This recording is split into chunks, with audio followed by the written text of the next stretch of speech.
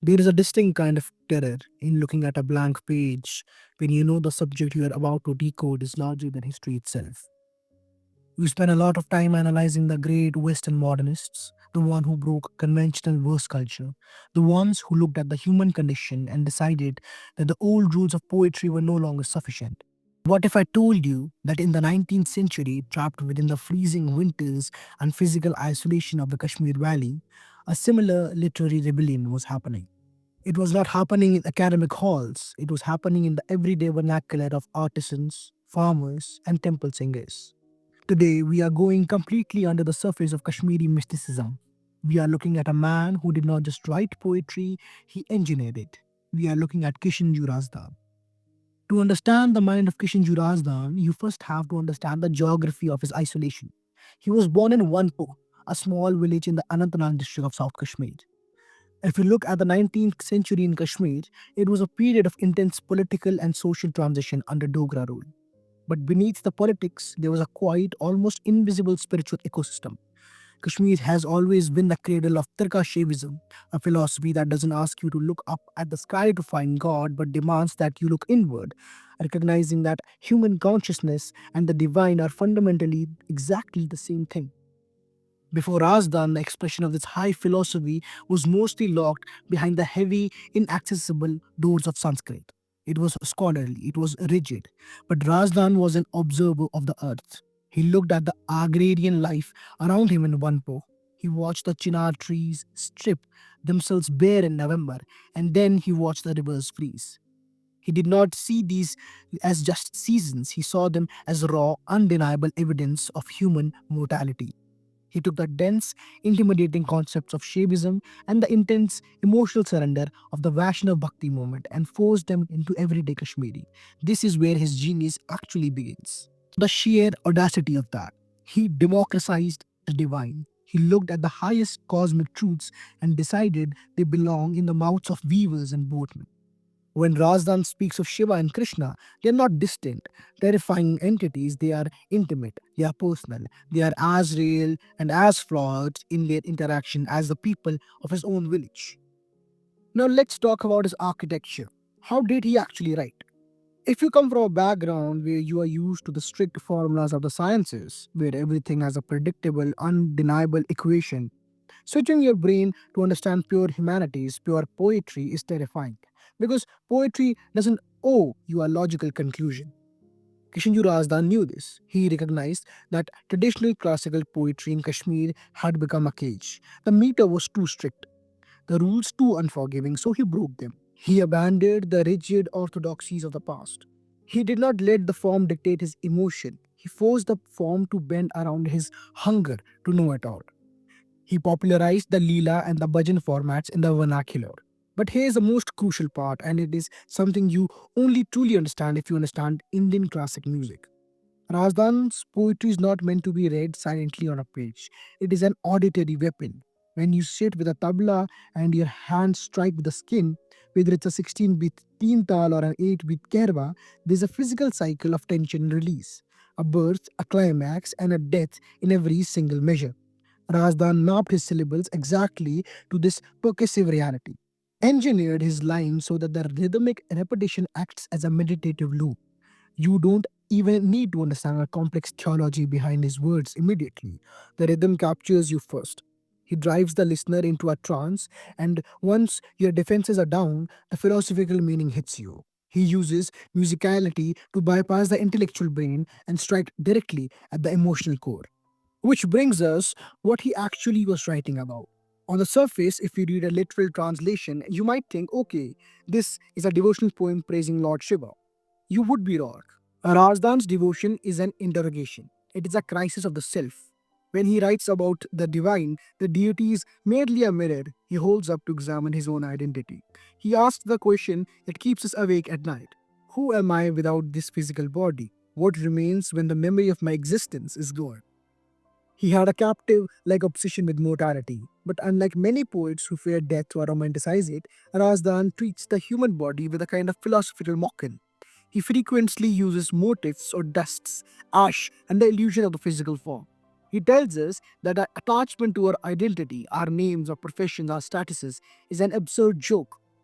In one of his most famous works, Shiva Parinaya, The Marriage of Shiva, there's something breathtaking.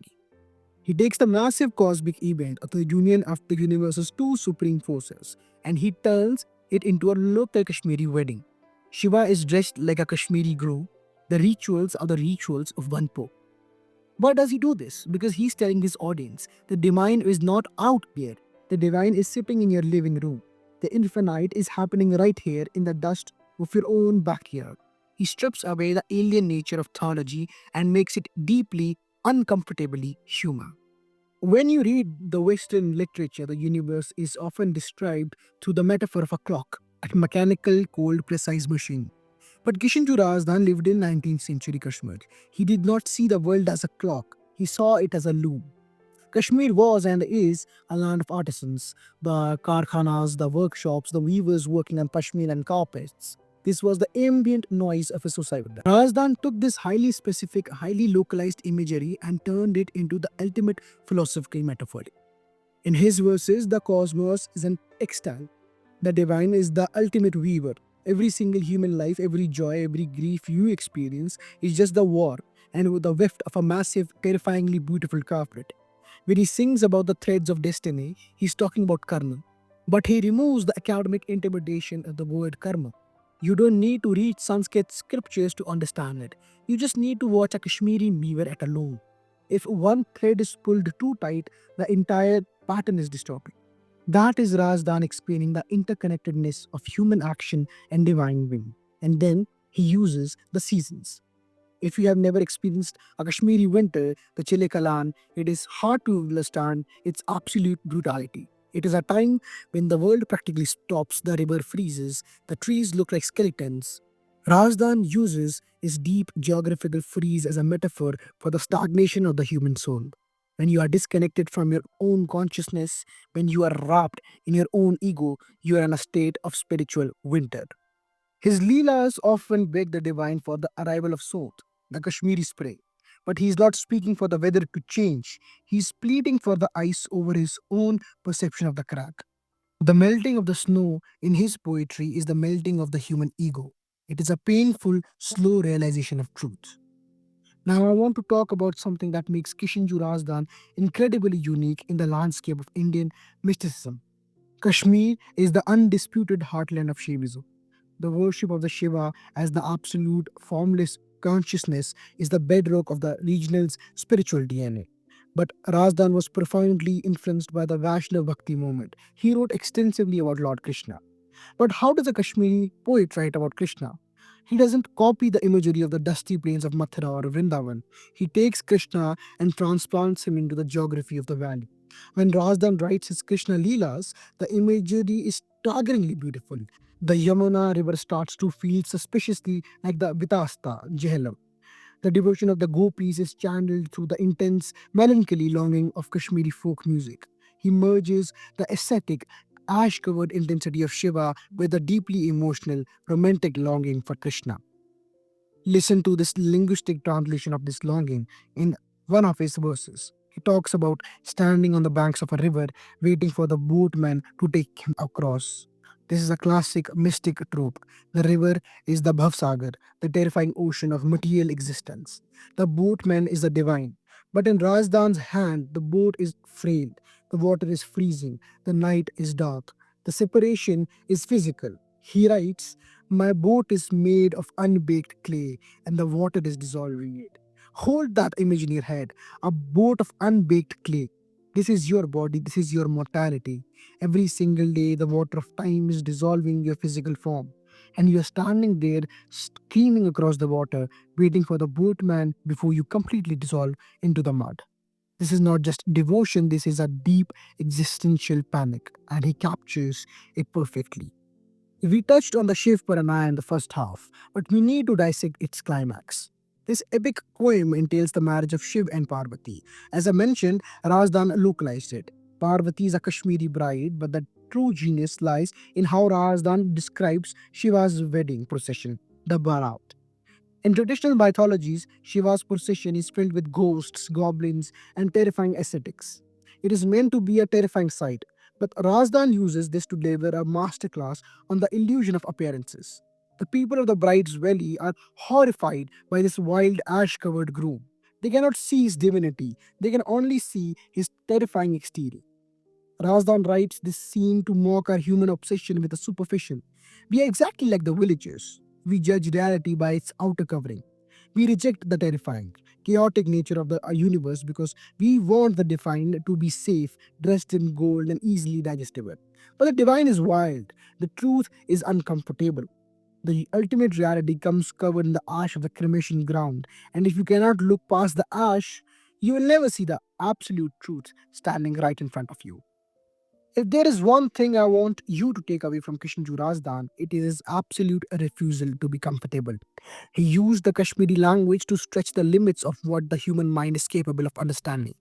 He wrote for the weaver, the farmer, the everyday person, but he demanded that they look the infinite squaringly in the face.